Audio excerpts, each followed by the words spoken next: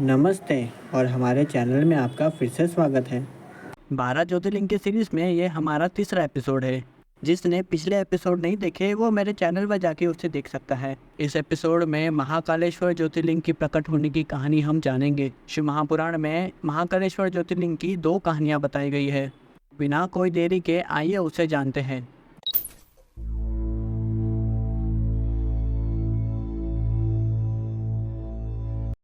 शिव जी को प्रिय, संसार को पवित्र करने वाली और मुक्ति देने वाली एक अवंती नाम की नगरी है। वहाँ पर अच्छे आचरण करने वाले, वेद का अध्ययन करने वाले एक श्रेष्ठ ब्राह्मण रहते थे। वे अग्निहोत्र करते हुए प्रतिदिन भगवान शिव का पार्थिव लिंग में पूजन करते थे। उन ब्राह्मण ने सारे कर्मों का फल प्राप्त कर अंत में परम पद की गति प्राप्त कर ली। उनके 4 पुत्र थे जो कि उन्हीं की तरह प्रतिदिन भगवान शिव का पार्थिव लिंग में पूजन करते थे। उसी बीच वहाँ जो घटना हुई वो बताता हूँ, सुनिए। रत्नमाल पर्वत पर एक दूषण नाम का असुर रहता था। धर्म का विरोध करने वाला वह दैत्य ब्रह्मा जी के वरदान से जगत को तुच्छ समझता था। उस दुष्ट ने पृथ्वी पर जितने भी वेद धर्म थे उन सबको उसने नष्ट कर दिया। एक अवंती नगरी ही दिखाई दे रही है जहाँ वेद के धर्म अभी माने जा रहे हैं। ऐसा विचार करके उसने जो किया उससे सुनिए। उस महान असुर दूषण ने बहुत बड़ी सेना लेकर वहाँ रहने वाले सभी ब्राह्मणों को उद्देश्य करके चढ़ाई कर दी और अपने 4 सेनापति को बुलाकर कहा, ये सब ब्राह्मण मेरी आज्ञा का पालन क्यों नहीं करते?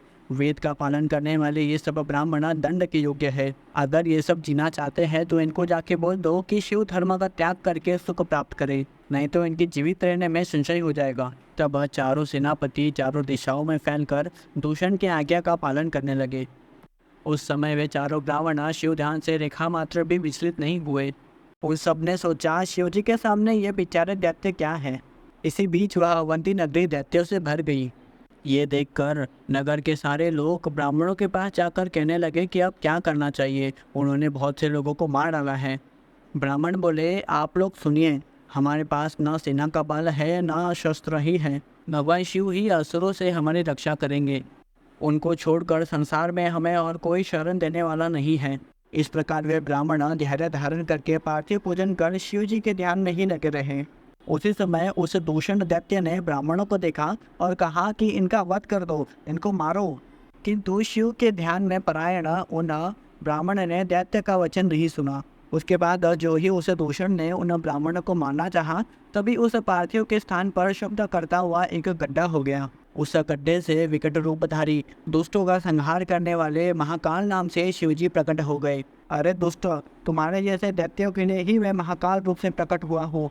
ऐसा कहकर शंकर जी ने अपने हुंकार मात्र से ही सेना के सहित उस दूषण को शीघ्र भस्म कर दिया।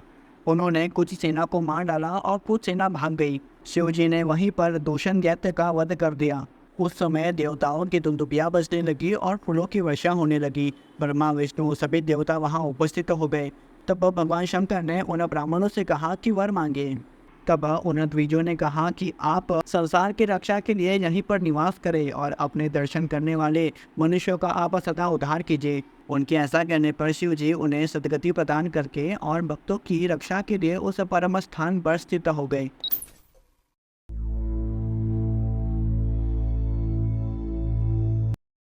द्वापर युग के किसी समय उज्जैनी नगरी में चंद्रसेन नाम का एक महान राजा रहा करता था, जो वेदों को जानने वाला और भगवान शिव का परम भक्त था।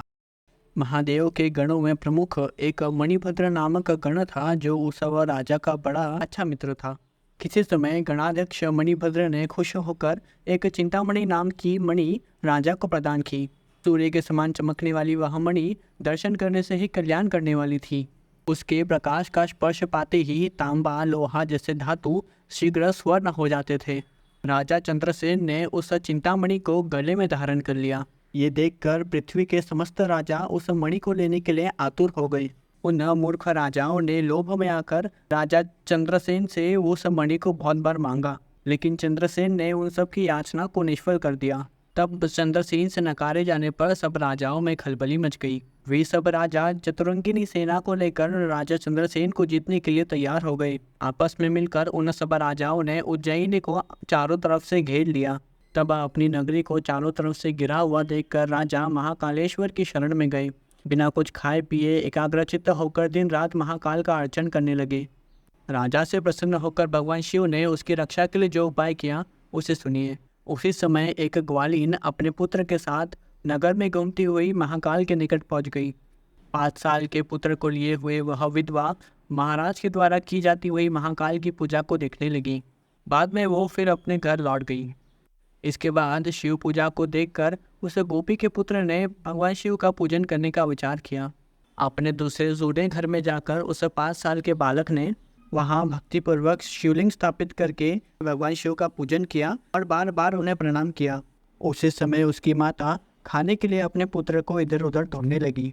बार बार बुलाने पर भी जब पुत्र ने कोई जवाब नहीं दिया, तब माता वहां स्वयं गई और शिवजी के सामने बैठे हुए अपने पुत्र को हाथ से खींचकर गुस्से से मारने लगी। किंतु खींचने और मारने पर भी जब उसका पुत्र नहीं आया, तब उसने शिवलिंग को दूर फेंककर उसकी पूजा को नष्ट कर दिया। माता के द्वारा अपनी पूजा को नष्ट किया हुआ देखकर बालक जोर जोर से चीखने और चिल्लाने लगा और फिर पृथ्वी पर मूर्छित होकर गिर पड़ा। फिर 2 घड़ी बाद जब उस बालक ने अपने नेत्र खोले, तब शिव जी की कृपा से उसी क्षण वहां पर महाकाल का सुंदर देवालय बन गया। उस बालक ने शिवालय में सोने के बने बड़े बड़े दरवाजे और किवाड़ देखे और उस शिवालय के बीच में रत्नमय ज्योतिर्लिंग देखा, जो उसके द्वारा किए गए पूजन से युक्त था। सूर्यास्त होने के कारण बालक ने घर जाने का विचार किया। तब अपने घर के निकट पहुंचते ही इंद्र के नगर के समान सोने से बने हुए अपने घर को देखकर बालक आश्चर्यचकित हो गया। फिर भवन में प्रवेश करने के बाद सोने के आभूषण पहनी हुई अपनी माता को उसने सोते हुए देखा। उस बालक ने जल्दी से जाकर अपनी माता को उठाया।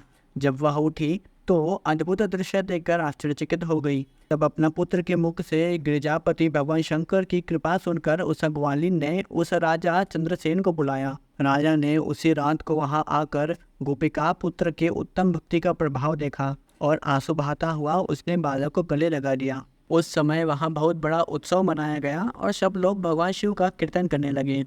इसके बाद युद्ध के लिए नगर को घेर कर स्थित जब राजाओं ने सुबह बालक का समाचार सुना, तब वे आश्चर्य में पड़ गए और आपस में कहने लगे कि जिस उज्जैनी नगरी में छोटे छोटे बालक भी इतने महान शिव भक्त हैं, तो वह राजा चंद्रसेन कितना महान शिव भक्त होगा।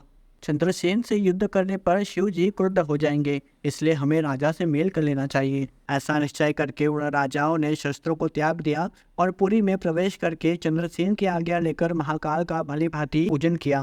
फिर उन राजाओं ने खुश होकर उस गोप कुमार को बहुत से वस्तुएं दी और फिर समस्त देशों में जो जो बहुत से गोप रहते थे, उन सबका उसे राजा बना दिया। इसी बीच सभी देवगुणों से पूजित वानराधिपति तेजस्वी हनुमान जी वहां प्रकट हुए। उनको देखकर सब राजा आश्चर्यचकित हो उन्हें प्रणाम करने लगे। फिर हनुमान जी ने उस गोपपुत्र को गले लगा लिया और कहने लगे, जो भी शरीरधारी प्राणी है, उनका शरणदाता शिव के अलावा अन्य कोई नहीं है। इस बालक ने बिना कोई मंत्र के ही भगवान शिव को प्राप्त कर लिया। यह बालक गोपों की कीर्ति बढ़ाने वाला होगा। इसके वंश की 8वीं पीढ़ी में महायशस्वी नंद नामक गोप उत्पन्न होगा, जिनके पुत्र रूपों में साक्षात श्री कृष्ण अवतीर्ण होंगे। आज से लेकर यह बालक श्रीकर नाम से लोक में प्रसिद्ध होगा। ऐसा कहकर और उस बालक को शिव आचार का उपदेश देकर शिव के अवतार हनुमान जी सबके देखते देखते वहीं अंतर्धान हो गए। इसके बाद बहुत समय तक महाराज चंद्रसेन तथा गोपपुत्र श्रीकर दोनों ही बड़ी प्रीति से महाकाल की उपासना करने लगे। कुछ दिनों बाद वह राजा चंद्रसेन और श्रीकर दोनों महाकाल की आराधना करके परम पद को प्राप्त हो गए। इस प्रकार महाकाल नामक ज्योतिर्लिंग की उत्पत्ति बताई गई है, जो सब दुष्टों का वध करने वाले और अपने भक्तों पर दया करने वाले हैं। तो दोस्तों, ये थी महाकाल ज्योतिर्लिंग की कहानी। आप लोग को कैसी लगी हमें कमेंट में बताएं। आज के लिए इतना ही, मिलते हैं अगली वीडियो में अगली कथा के साथ। हर हर महादेव।